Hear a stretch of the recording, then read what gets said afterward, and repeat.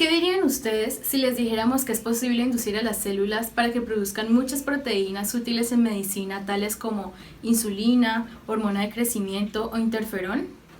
¿Alguna vez se habían preguntado de qué manera fue producida la insulina que se comercializa como tratamiento para la diabetes desde hace más de 30 años? ¿Y qué me dicen del impacto que esto ha tenido en la medicina moderna? Increíble, ¿no? Buenas tardes, nosotras somos Stephanie Silva Valencia y Sara Troches Borrero y estamos convencidas de que la producción de proteínas recombinantes es uno de los avances en biología molecular más importantes de la época. Vamos a hablar de vectores de expresión y producción de proteínas recombinantes. Para empezar, resulta pertinente definir qué es en sí una proteína recombinante. Una proteína recombinante es aquella que se produce a partir de una especie o una línea celular distinta a la original. Para producirlas se parte de un DNA recombinante, que es aquel que se produce in vitro al insertar secuencias del genoma de un organismo en el genoma de un organismo diferente. Este ADN es el que me va a producir la proteína de interés. Esta técnica nos permite obtener cualquier proteína, incluso las que se encuentran en números de copias muy bajos en la célula, en cantidades suficientemente elevadas como para permitir su utilización en estudios detallados de estructura y de función. Ahora, ¿cuáles son las ventajas de obtener proteínas recombinantes?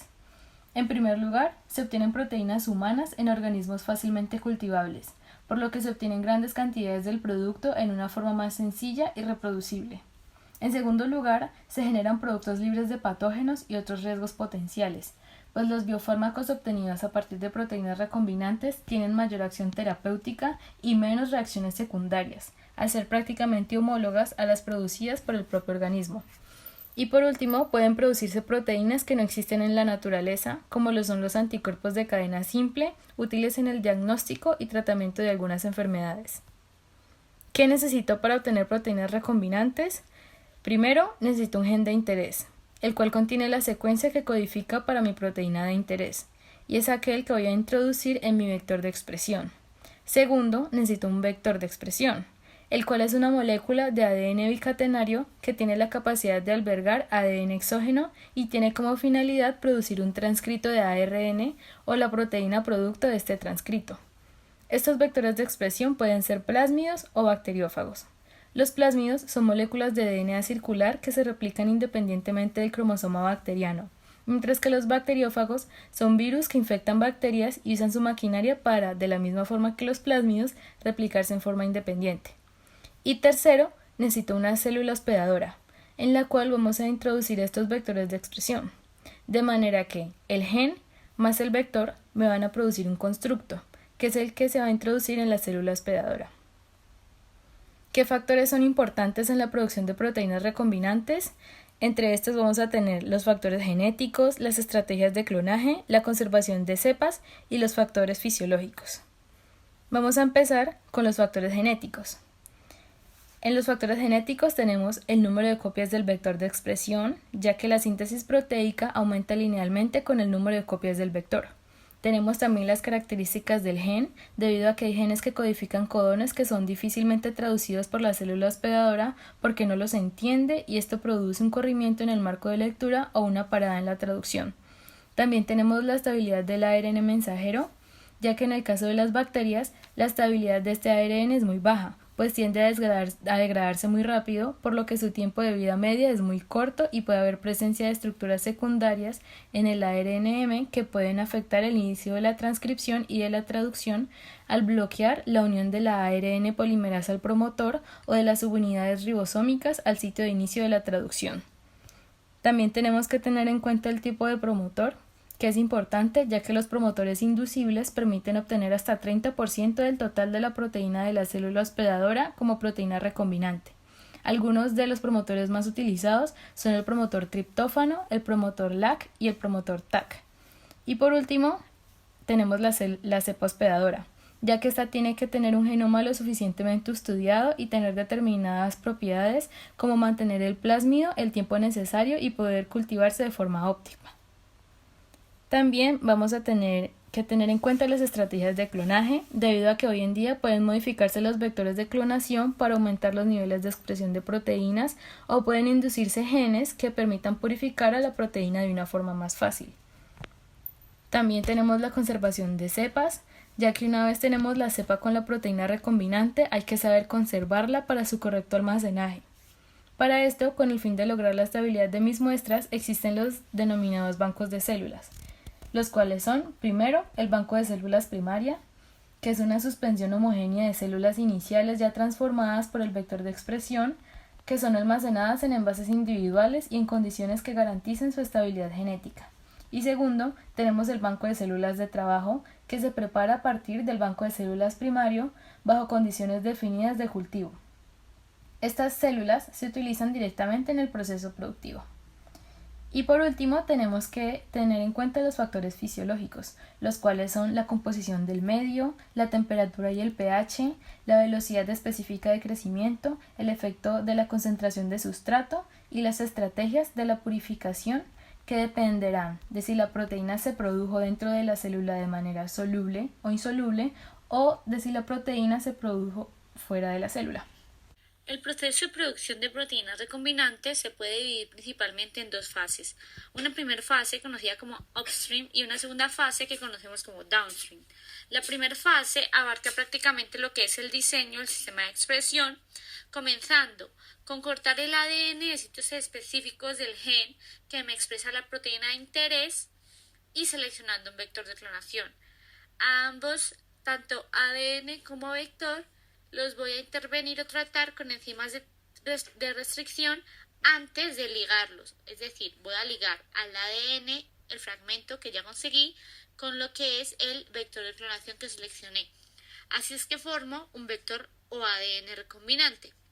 Una vez tengo a estos, los voy a introducir en lo que es la célula huésped o bacteria y lo que voy a hacer a continuación es seleccionar e identificar las células que tienen este ADN recombinante usando factores cinéticos de genotipo y fenotipos, y con estas voy a crear un banco de células primarias que voy a subcultivar y voy a refrigerar. Y a este banco de células primarias le voy a sacar una muestra que es el banco de células de trabajo y va a ser con el que hago la producción. La segunda fase o fase de downstream consiste en el proceso de purificación, evaluación de control de calidad y validación del producto.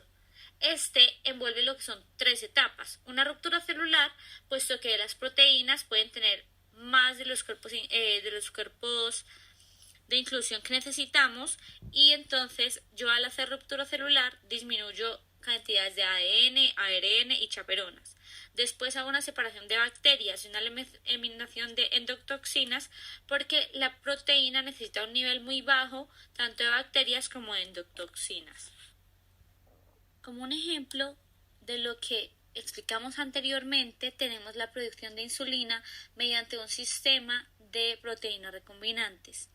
La producción de insulina comienza extrayendo el gen humano que produce la insulina de células humanas del páncreas. Y, paralelamente, como explicamos, se están utilizando enzimas de restricción para cortar el plásmido que se va a utilizar. Entonces, se combina el gen de producción de insulina con el plásmido y se obtiene un ADN o plásmido recombinante. Este es el que vamos a introducir en la bacteria recombinante y se va a subcultivar en un tanque de fermentación. Aquí se da lo que es el crecimiento de las colonias de las bacterias recombinantes, y entonces paso a lo que es la segunda fase de extracción y purificación con los 3 momentos que mencionamos anteriormente.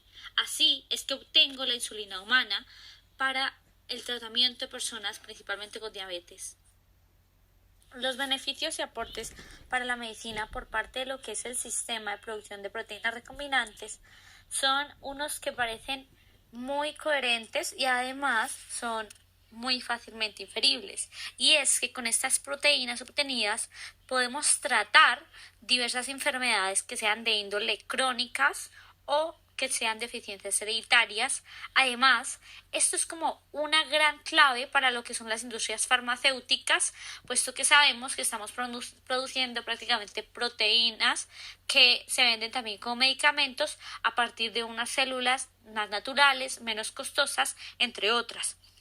Y además, hoy en día tenemos proteínas ya muy novedosas, como por ejemplo los anticuerpos monoclonales, que son usados en tratamiento diagnóstico de enfermedades mucho más desconocidas hasta el día de hoy, como son el cáncer, las neoplasias malignas, hematopoyéticas, los tumores sólidos, el tratamiento de artritis reumatoide, entre otros.